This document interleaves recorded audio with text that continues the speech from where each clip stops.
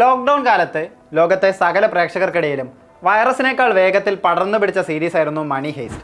2017 സ്പെയിനിലെ ഒരു TV ചാനലിൽ 2 പാർട്ടുള്ള ലിമിറ്റഡ് സീരീസായാണ് മണി ഹെയ്സ്റ്റ് സ്ട്രീമിംഗ് തുടങ്ങിയത്. എന്നാൽ നെറ്റ്ഫ്ലിക്സ് ഏറ്റെടുത്തതോടെ സ്പെയിനിൽ മാത്രം ഒതുങ്ങിപ്പോകുമായിരുന്ന ഹെയ്സ്റ്റ് ക്രൈം ഡ്രാമ സീരീസിൻ്റെ ഭാവി മാറി. 5 സീസണിൽ അത്ഭുതം തീർത്ത പ്രൊഫസർക്കും ടീമിനും ഗംഭീര സ്വീകാര്യത ആഗോളതലത്തിൽ ലഭിച്ചു. ചുവന്ന ജംസ്യൂട്ടും മാസ്കുമിട്ട കള്ളന്മാർ വീണ്ടും വരികയാണ്. നെറ്റ്ഫ്ലിക്സ് അറിയിച്ചതുപോലെ the world of money heist continuous.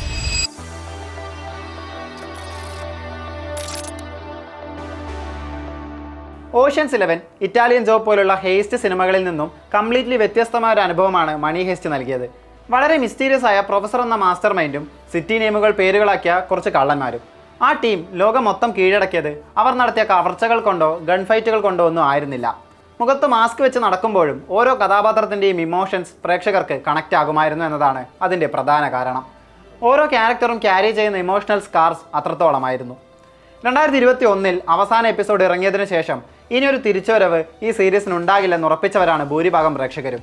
ഇതിനിടയിൽ സീരീസിൻ്റെ കൊറിയൻ അഡാപ്റ്റേഷനും ബെർലിൻ്റെ പ്രീക്വൽ സ്പിൻ ഓഫും പുറത്തിറങ്ങി. എന്നാൽ രണ്ടിനും ലഭിച്ചത് മിക്സഡ് റെസ്പോൺസ് ആയിരുന്നു. ബെർലിനിൽ ചെറിയ നേരത്തേക്ക് പ്രൊഫസറായി ആൽവാരോ മോട്ടയും തിരികെ എത്തിയിരുന്നു. ബെർലിൻ്റെ സെക്കൻഡ് സീസൺ മെയ് 15 ആഗോളതലത്തിൽ നെറ്റ്ഫ്ലിക്സിലൂടെ പുറത്തെത്തും.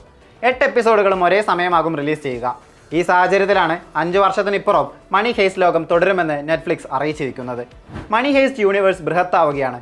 ഏതൊരു കപ്പലിനും ഒരു ക്യാപ്റ്റൻ ഉണ്ടാകും.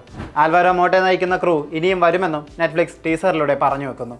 ഇതോടെ പഴയ ടീം മൊത്തത്തിൽ തിരിച്ചു വരുമോ, അതോ പ്രൊഫസർ മാത്രമായിരിക്കുമോ എന്നാകും സീരീസ് എത്തുക തുടങ്ങിയ ചോദ്യങ്ങൾ പലവിധമാണ്. പണ്ടെപ്പോഴും അടച്ചുവെച്ചൊരു അധ്യായത്തെ സന്തോഷത്തോടെ വീണ്ടും തുറക്കുന്ന പ്രതീതിയിലാണ് സീരീസ് പ്രേമികൾ. പ്രൊഫസർ എന്തായാലും ഉണ്ടാകുമെന്ന് ഉറപ്പിക്കാമെങ്കിലും സീസൺ 6 ആണോ വരാനിരിക്കുന്നത് എന്നതിൽ ഉറപ്പില്ല. 5ാം സീസണിൻ്റെ കണ്ടിന്യൂഷൻ അല്ലാതെ നിലവിലെ കഥാപാത്രങ്ങളെ ഇൻവോൾവ് ചെയ്തുകൊണ്ടുള്ള പുതിയ കഥയാകുമെന്നും റിപ്പോർട്ടുകളുണ്ട്. നെറ്റ്ഫ്ലിക്സ് ഈ അനൗൺസ്മെൻറ്റ് നടത്തിയ സമയവും വളരെ ഇമ്പോർട്ടൻ്റ് ആണ്. ആഗോളതലത്തിൽ സ്വീകാര്യത നേടിയ ചുരുക്കം ചില ഇംഗ്ലീഷ് ഇതര സീരീസുകളിൽ ഒന്നാണ് മണി ഹെയ്സ്റ്റ്. നിലവിൽ OTT പ്ലാറ്റ്ഫോമുകൾ തമ്മിൽ നടക്കുന്ന കോമ്പറ്റീഷനിൽ മുന്നിട്ട് നിൽക്കാൻ ഗ്ലോബൽ ഫാൻ ബേസുള്ള ഫ്രാഞ്ചൈസിയുടെ കംബാക്ക് നെറ്റ്ഫ്ലിക്സിന് സഹായകമാവും. അതേസമയം മണി ഹെയ്സ്റ്റ് ക്രിയേറ്ററായ അലക്സ് പീനിയുടെ പ്രൊഡക്ഷൻ കമ്പനി ഒരു മിനി സീരീസിന് പദ്ധതിയിടുന്നതായി സ്പാനിഷ് മാധ്യമങ്ങൾ റിപ്പോർട്ട് ചെയ്യുന്നുണ്ട്. കേണൽ ടമായോയുടെ ക്യാരക്ടറിനെ ബേസ് ചെയ്തുള്ള സ്പിൻ ഓഫ് സീരീസിന് 4 എപ്പിസോഡുകളായിരിക്കും ഉണ്ടാവുക. ബെർലിന് ശേഷം എത്തുന്ന മറ്റൊരു ക്യാരക്ടർ ബേസ്ഡ് സ്പിൻ ഓഫ് ആകും ഇത്. ഒരിടയ്ക്ക് മണി ഹെയ്സ്റ്റ് മാത്രമായിരുന്നു സിനിഫൈൽസിനിടയിൽ ചർച്ച.